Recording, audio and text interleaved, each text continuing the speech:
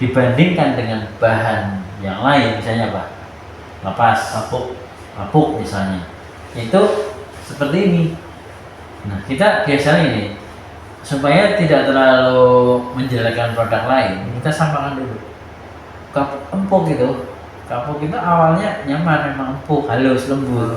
Tapi setelah sekian lama akan berbeda dengan silikon. Nah, dimana silikon bertahan bisa 2 tahun, kapuk sekitar 6 bulan.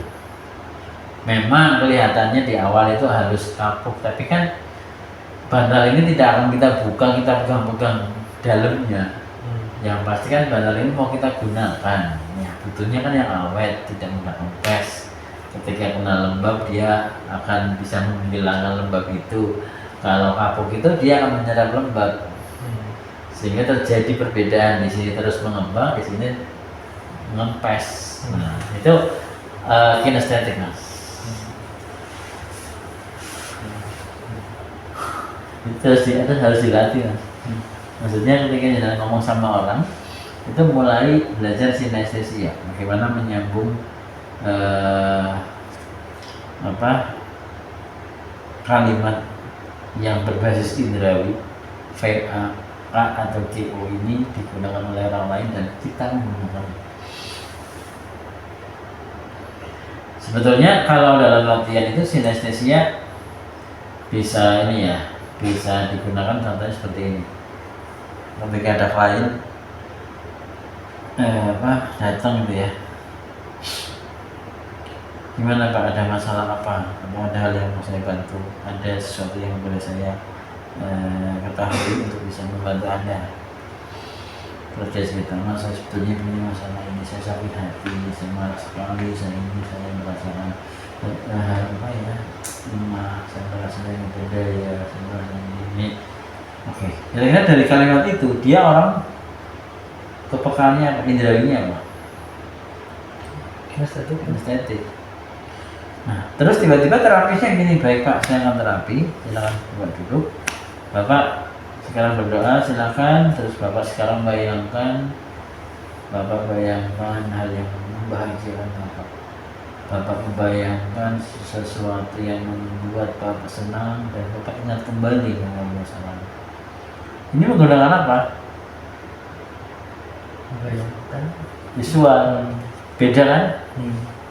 Nah, perbedaan ini yang akhirnya menjadi gap antara klien dengan terapis. Harusnya terapis gimana? Harusnya Bapak, baik, senang Bapak duduk. Bapak duduk sambil merasakan kenyamanannya di ruangan ini. Sekarang Bapak tutup mata, rasakan tubuh Bapak yang makin nyaman, makin rileks. Nafas panjang Pak, rasakan makin nyaman, makin rileks.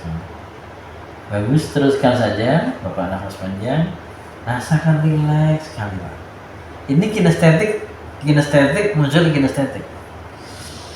Nah, sehingga walaupun setelah itu kinestetiknya kita munculkan, setelah itu kita Bapak sambil Bapak terus merasakan nyaman, Bapak sekarang mulai bayangkan sebuah pengalaman yang indah, yang menyenangkan.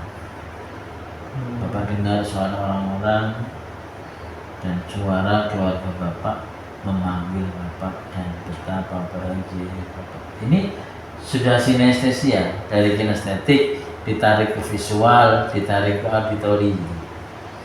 Tapi nyambungnya tetap dengan indera yang sama.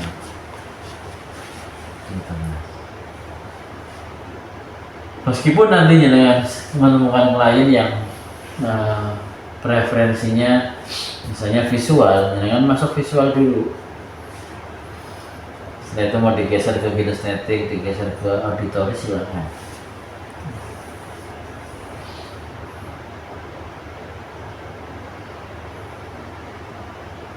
Itu terkait dengan bahasa indera sensori acuity ya.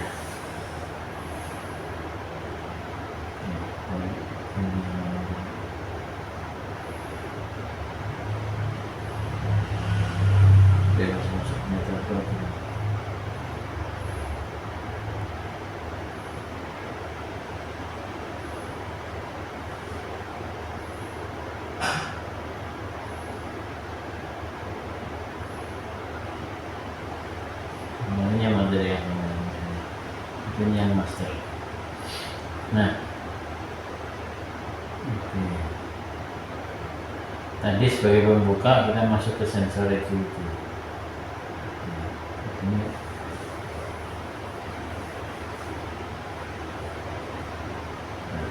sensory activity.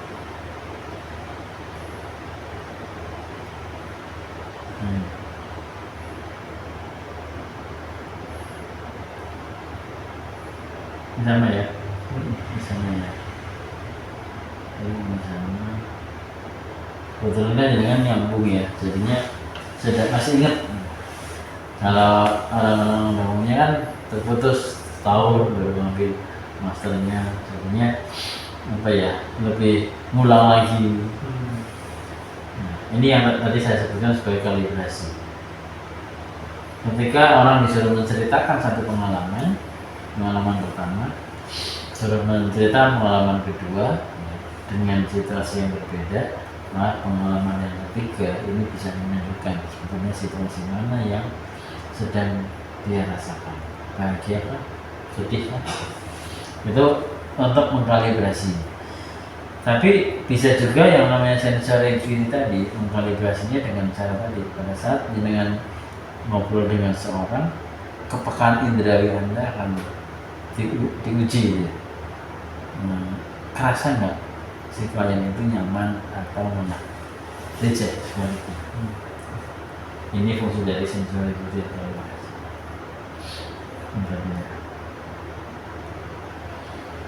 Oke, kita masuk kembali ke atas. Ya.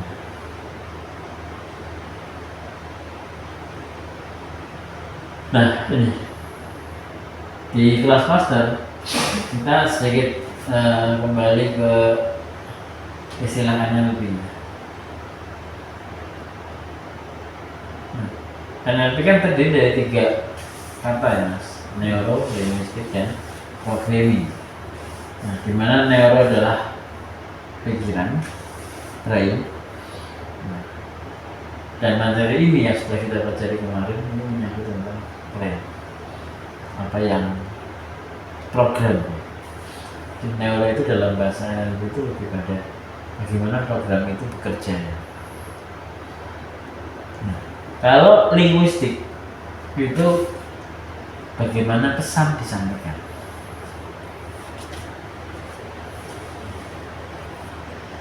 Jadi kalau neuro itu program yang sudah dalam otak, dalam pikiran.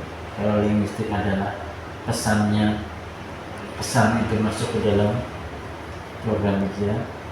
Nah, kalau programming sendiri adalah bagaimana caranya biar pesan ini masuk ke dalam program pikiran, masuk dalam otak, masuk dalam sistem saraf, masuk dalam keyakinan, masuk dalam belief system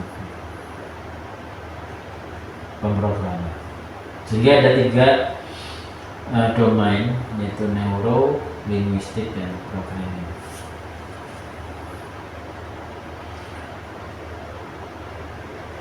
Kenapa orang belajar NLP itu apa tadi ya? Sekarang ini ya, buat apa sih NLP ini? Pokoknya ilmunya apa sih ya? Aneh juga ya. Belajar tentang saraf, belajar tentang bahasa gitu. Orang ketika pengen bisa menguasai permainan bulu tangkis atau sepak bola, apakah dia tidak perlu mempelajari bola itu? Apakah dia tidak perlu mempelajari raket sama koknya? Mungkin kalau hanya pemain-pemain biasa, hanya orang-orang biasa yang penting main, mungkin dia akan asal nendang. Tapi kalau pemain yang sudah expert, dia memperhatikan nggak jenis bolanya. Contohnya dengan aja lah yang gampang. Saat dengan belanja bahan untuk membuat bantal, apakah asal bantal? Iya. Gitu. Kalau saya bisnis kayak jenengan, maka saya akan beli asal kapuk. Karena saya nggak tahu ternyata ada silikon, terus kainnya menggunakan kain apa. Bisa jadi yang saya buat mungkin istimewa tapi mahal, sehingga dijualnya lebih mahal. Dengan bisa istimewa tapi harganya lebih murah. Kenapa? Karena materialnya lebih efisien, lebih pas gitu. Itu karena dipelajari. Nah, orang itu belajar NLP adalah belajar bagaimana otak saya itu bekerja. Jadi kita tidak bicara tentang bagaimana saya mempengaruhi orang lain, Mas. Tapi bagaimana saya ini bisa tadi memproses, mencermati, belajar dari diri saya sendiri. Contoh yang gampang gini ya. Kalau saya melakukan ini, kok hasilnya kayak gini? Gitu, Mas. Kalau saya ngomong kayak gini, kok orang lain kayak gini? Nah, saya gantilah, saya ngomong ini, nanti orang lain akan kayak gini. Nah, itu.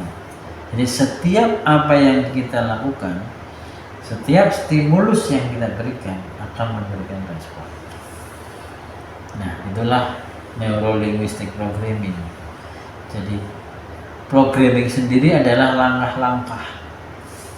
Ya, programming sendiri adalah tahapan untuk menanam.